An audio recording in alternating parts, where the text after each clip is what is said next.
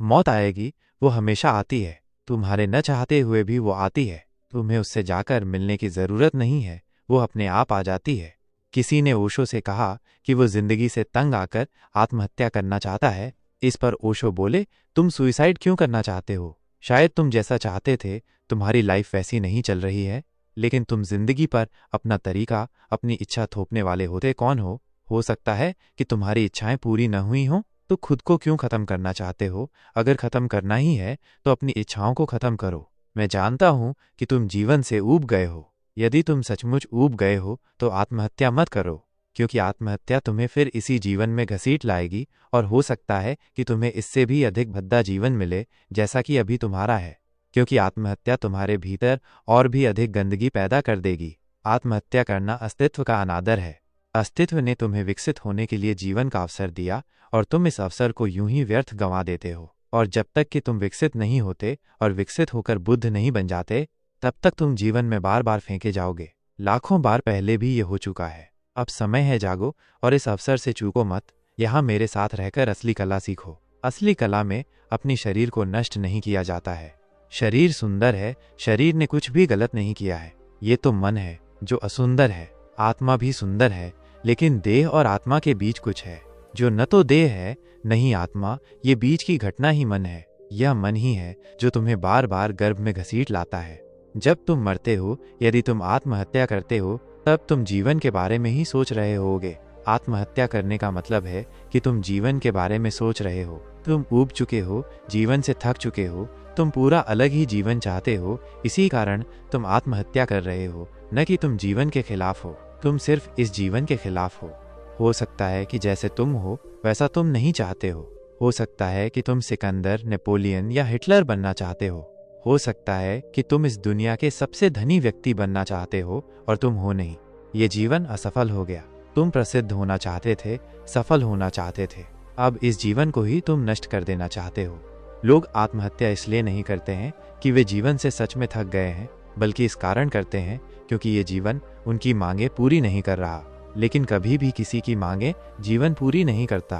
तुम हमेशा कुछ न कुछ चूकते ही चले जाओगे। यदि तुम्हारे पास धन है तो हो सकता है कि तुम सुंदर न हो। यदि तुम सुंदर हो तो हो सकता है कि तुम बुद्धिमान न हो। यदि तुम बुद्धिमान हो पर हो सकता है कि तुम्हारे पास धन न हो। और हो सकता है कि कोई हर चीज पा भी ले, तब भी ये कैसे मदद करेगा? तुम अतृप्त रहोगे। हर जीवन में यही बातें दोहराई जाती हैं। देह बदल जाता है लेकिन दिशा वही रहती है। लोग सोचते हैं कि जो आत्महत्या करते हैं वे जीवन के खिलाफ हैं। ये सत्य नहीं है। वे जीवन के प्रति बहुत अधिक लालसा रखते हैं।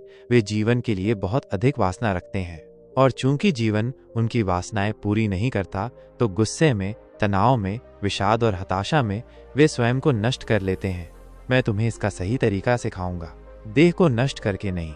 देह तो अस्तित्व का एक सुंदर उपहार है। मन अस्तित्व का उपहार नहीं है।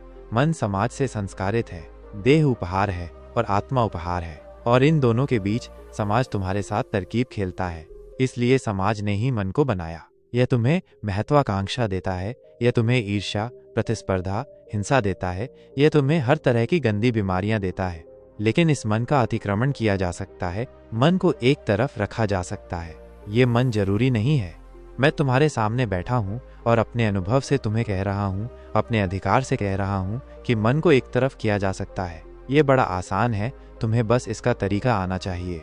और आत्महत्या करना इतना पीड़ादायी है क्योंकि ये प्राकृतिक नहीं है, ये अप्राकृतिक बात है। कभी भी कोई वृक्ष आत्महत्या नहीं करता, सिर्फ इंसान करता है, क्योंकि सिर्फ इंसान ही इतना पागल हो सकता है। प्रकृति आत्महत्या के बारे में कुछ नहीं जानती, यह आदमी की खोज है। यह सबसे अधिक भद्दा और कुरूप कृत्य है। और जब कभी तुम स्वयं के साथ कोई बहुत ही भद्दी और कुरूप बात करते हो, तो तुम आशा नहीं रख सकते कि तुम्हें आगे एक बेहतर जीवन मिलेगा। तुम मन की बेहद निकृष्ट दशा में मरोगे और तुम बहुत ही निकृष्ट गर्भ में प्रवेश कर लोगे।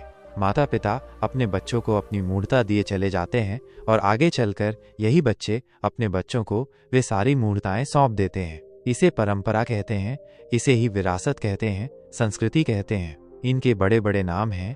तुम जिस भांति अब तक जीते रहे हो उस पर विचार करो, और तब तुम्हारे जीवन में एक नई तरह की बुद्धिमत्ता आएगी और तुम्हारा जीवन अधिक प्रखर होगा। अपने संस्कारों पर विचार करो। अब तक जैसे जिए हो उस पर ध्यान दो। कहीं बुनियादी रूप से कुछ गलत हुआ है। पक्षी गीत गा रहे हैं और वृक्ष और फूल। ये अनंत अस्तित्व, यह जगह आत्महत्या करने की नहीं है। इस जगह नाचो, गीत गाओ, खुशियां मनाओ, प्रेम करो और प्रेम करने दो। और यदि तुम इस अस्तित्व को प्रेम करोगे, यदि तुम इस अस्तित्व के आशीर्वाद को महसूस करोगे, तो मैं तुमसे वादा करता हूँ कि जब कभी तुम मरोगे तुम वापस लौटकर नहीं आओगे, क्योंकि तुमने पाठ सीख लिया। याद रखना, अस्तित्व कभी किसी को दोबारा वापस नहीं भेजता। यदि जीवन का पथ सीख लिया हो, यदि तुम आनंदित होना सीख लेते हो, तुम स्वीकार्य होगे। तब उच्चतर रहस्य के लिए तुम्हारे द्वार खुल जाएंगे। तब जीवन के अंतरतम रहस्यों में तुम्हारा स्वागत होगा। इसे ही मैं असली आत्महत्या कहता हूँ, जिसका असली नाम है ध्यान। दोस्तों, आत्महत्या अंत नहीं, बल्कि जीवन को बदलने की हिम्मत, नई शुरुआत है। तुम में वो ताकत है जो दुनिया बदल सकती है, तो पहले अपना जीवन बदलो। जिंदगी एक सफर है और ओशो के ये विचार हमें सही दिशा दिखाते हैं। इन्हें अपनाएं और अपने अंदर की शांति को जगाएं। दोस्तों, अगर आपको ये वीडियो पसंद आई तो वीडियो को लाइक और चैनल को सब्सक्राइब करें ऐसी और भी वीडियोस के लिए।